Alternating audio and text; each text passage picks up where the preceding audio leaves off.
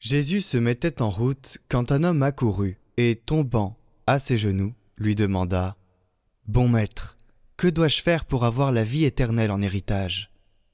Jésus lui dit « Pourquoi dire que je suis bon ? Personne n'est bon sinon Dieu seul. Tu connais les commandements. Ne commets pas de meurtre, ne commets pas d'adultère, ne commets pas de vol, ne porte pas de faux témoignages, ne fais de tort à personne, honore ton père et ta mère. » L'homme répondit « Maître, tout cela je l'ai observé depuis ma jeunesse. » Jésus posa son regard sur lui et il l'aima.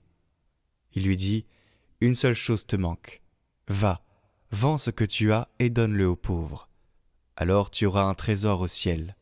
Puis viens, suis-moi. » Mais lui, à ces mots, devint sombre et s'en alla tout triste, car il avait de grands biens. Alors Jésus regarda autour de lui et dit à ses disciples « Comme il sera difficile à ceux qui possèdent des richesses d'entrer dans le royaume de Dieu. » Les disciples étaient stupéfaits de ces paroles. Jésus, reprenant la parole, leur dit « Mes enfants, comme il est difficile d'entrer dans le royaume de Dieu. Il est plus facile à un chameau de passer par le trou d'une aiguille qu'à un riche d'entrer dans le royaume de Dieu. » De plus en plus déconcertés, les disciples se demandaient entre eux « Mais alors, qui peut être sauvé ?»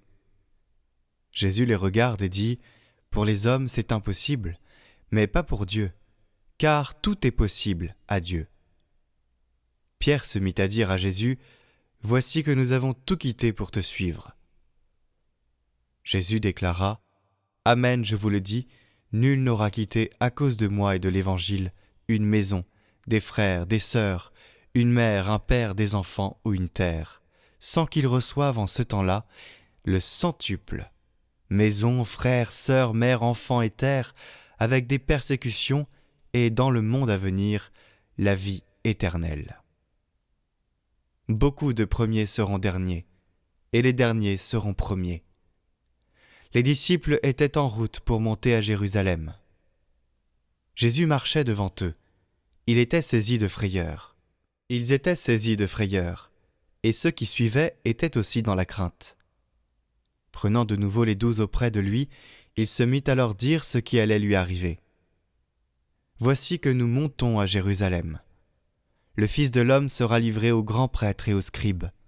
Ils le condamneront à mort. Ils le livreront aux nations païennes, qui se moqueront de lui, cracheront sur lui, le flagelleront et le tueront. Et 3 jours après, il ressuscitera. » Alors, Jacques et Jean, les fils de Zébédée, s'approchent de Jésus et lui disent « Maître, ce que nous allons te demander, nous voudrions que tu le fasses pour nous. » Il leur dit « Que voulez-vous que je fasse pour vous ?» Ils lui répondirent « Donne-nous de siéger l'un à ta droite et l'autre à ta gauche, dans ta gloire. » Jésus leur dit « Vous ne savez pas ce que vous demandez. Pouvez-vous boire la coupe que je vais boire, être baptisé du baptême dans lequel je vais être plongé ?» Ils lui dirent « Nous le pouvons. » Jésus leur dit « La coupe que je vais boire, vous la boirez, et vous serez baptisés du baptême dans lequel je vais être plongé. Quant à siéger à ma droite ou à ma gauche, ce n'est pas à moi de l'accorder. Il y a ceux pour qui cela est préparé. » Les 10 autres qui avaient entendu se mirent à s'indigner contre Jacques et Jean. Jésus les appela et leur dit « Vous le savez, ceux que l'on regarde comme chefs des nations les commandent en maîtres. Les grands leur font sentir leur pouvoir. Parmi vous, il ne doit pas en être ainsi. Celui qui veut devenir grand parmi vous sera votre serviteur. Celui qui veut être parmi vous le premier sera l'esclave de tous. Car le Fils de l'homme n'est pas venu pour être servi, mais pour servir, et donner sa vie en rançon pour la multitude. » Jésus et ses disciples arrivent à Jéricho, et tandis que Jésus sortait de Jéricho avec ses disciples et une foule nombreuse, le fils de Timée, Bartimée, un aveugle qui mendiait, était assis au bord du chemin. Quand il entendit que c'était Jésus de Nazareth, il se mit à crier « Fils de David, Jésus, prends pitié de moi. » Beaucoup de gens le rabrouaient pour le faire taire. Mais il criait de plus belle « Fils de David, prends pitié de moi !» Jésus s'arrête et dit « Appelez-le ». On appelle donc l'aveugle et on lui dit « Confiance, lève-toi, il t'appelle ».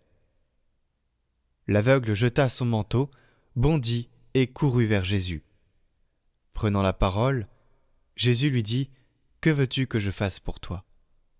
L'aveugle lui dit « Rabouni, que je retrouve la vue. » Et Jésus lui dit « Va, ta foi t'a sauvé. » Aussitôt, l'homme retrouva la vue et il suivait Jésus sur le chemin.